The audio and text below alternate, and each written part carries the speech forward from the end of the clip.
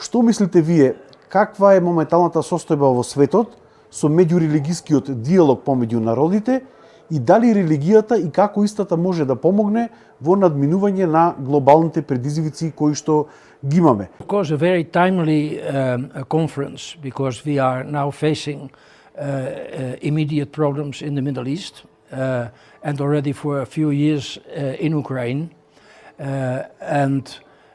We speak about war, we speak about globalization, and if we take into that debate religion, we have to ask ourselves the question, what has been the role of religion in the past in such military conflicts? Has that been a positive role or not? And if there are problems, how can we in the future make sure that religions will find ways and means to work together to prevent such conflicts to arise? Religions are there to create the world, not to destruct the world. That is what all religions have in common. But what do we see in reality? We see that religions are polarized. They are polarizing themselves against other religions. Religions are used by those in power to justify their war, or in other cases to encourage wars. And that role, of course, is extremely bad because we can talk about weapons, we can talk about so many other things. We can talk about a NATO conference, which is going to NATO top, which is going to start tomorrow in The Hague, in my country, where we speak about defense, but we don't speak about how to solve our problems together.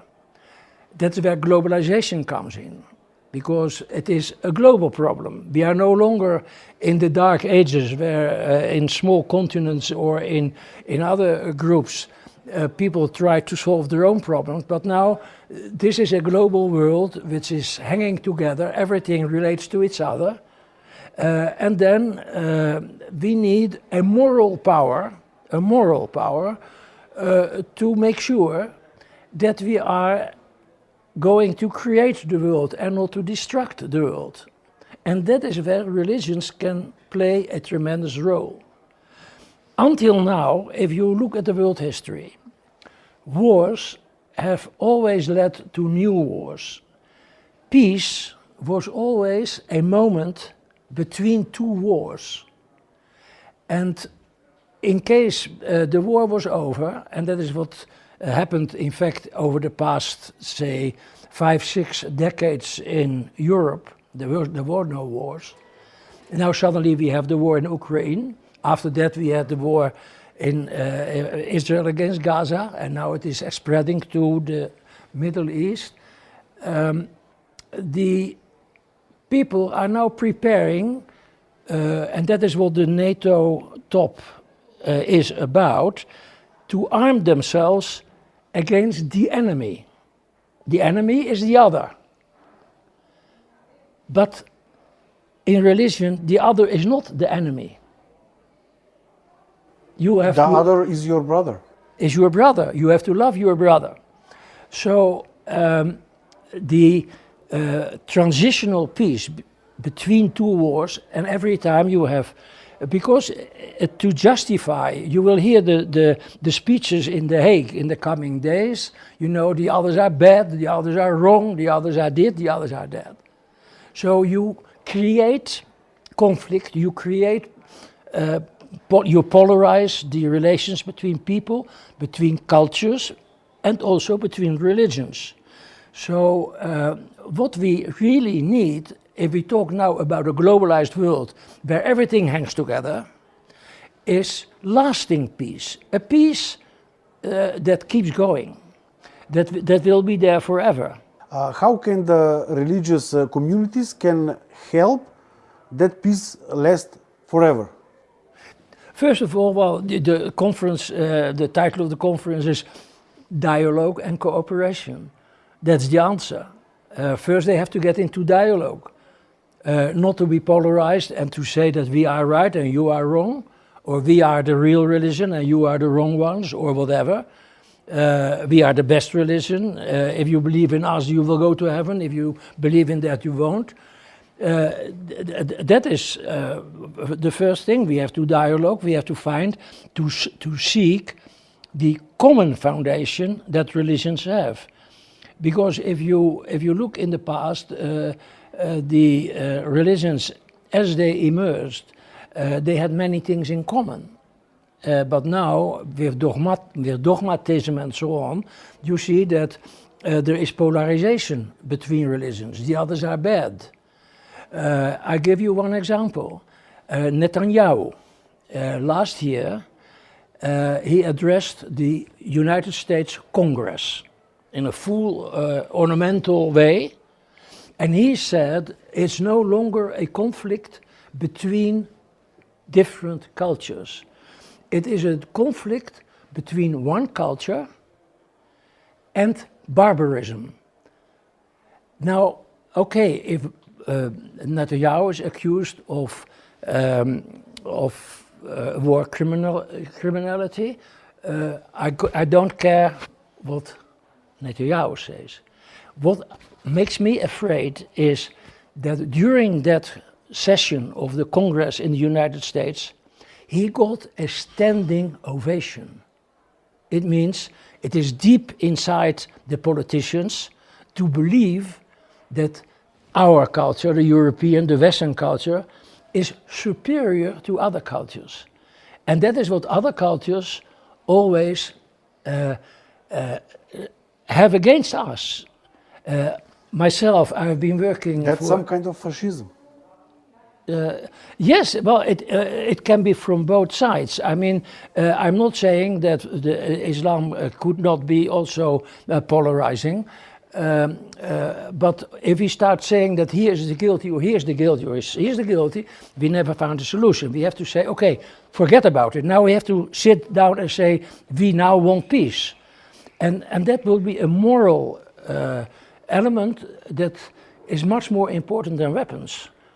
And religions which are tended to become a bit marginalized in secularization in Europe, and now are finding a revival. People start to realize that there are moral standards that we should honor and that we should live with. Otherwise, this individualism and commercialization will pull us apart as individuals. So it is a chance for religions now to say, okay, we are going to take the lead in fighting for a worldwide peace, and not just for peace within one part of the world and not in the other part of the world. That is, in my speech the day after tomorrow, I will talk about that. What will be the main message that will you send from this conference here in Khrushchev? The main thing would be don't leave the decisions on peace or war to the politicians. Bring that debate down to the organizations of people who are not political, civil society, all sorts of action groups, all sorts of other groups in society, but in particular religions, could play a role. I think what I would see is as a solution, but it's a very long-term solution. It cannot happen from today to tomorrow, but a global coalition outside politics to say, and now it's over.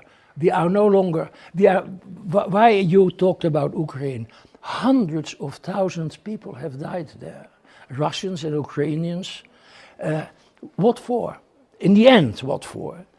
And so I think my message would be that the civil society should take the lead Because politicians, like the United Nations, is already existing. If you take it from 1919, the League of Nations, and then the United Nations after the Second World War, it's more than 100 years that we have an international organization for peace. No peace. Where are they? So, Are there any necessary changes in the United Nations? definitely, definitely, because it's an unequal game. The big powers dictate. If everybody agrees, they agree also, and they say, "Look what we have done." The big nations, and if there are problems, they say, "No, we don't." And there are nations like Israel, which constantly do not care about what the United Nations decide, and they get still support from big nations, from very big nations. That is one problem, and the second problem is the veto right. Because every time with the veto right, one of the parties is against, and then nothing happens. So I think equality, political equality, is obviously very important, but it doesn't exist today. What counts today is how much money people put into the international organization. If the Palestinian refugee organization does not act to the idea of Israel or the United States, they withdraw the money. They say, okay, you don't get money for it, and they destroy the organization. These are the kind of problems. The power of especially the Western countries, and fed by the superiority feeling that we are the best culture, we are the best. That was in the colonial time also the whole idea. But I think there we need really to think about a new future, about a different kind of society, and of course it's not only religion. Of course it is also the way the economy is going. It is the way geopolitics are developing. For instance, it's no longer borders that count. In Ukraine, it is very much still a question about the borders, the borders as they were when Ukraine was founded as a state as it is today. But we have seen from the negotiations with Trump that what really counts is the raw materials that are in the ground and which they need. That is why Trump started negotiating about the mines and the raw materials needed for telephones, for electric cars and so on. You see, so you see a shift now from national borders to greediness, markets, trying to have economic superiority or to keep economic superiority. That is particularly so for the West. That is of course another element, but even there the moral debate can be engaged by religions.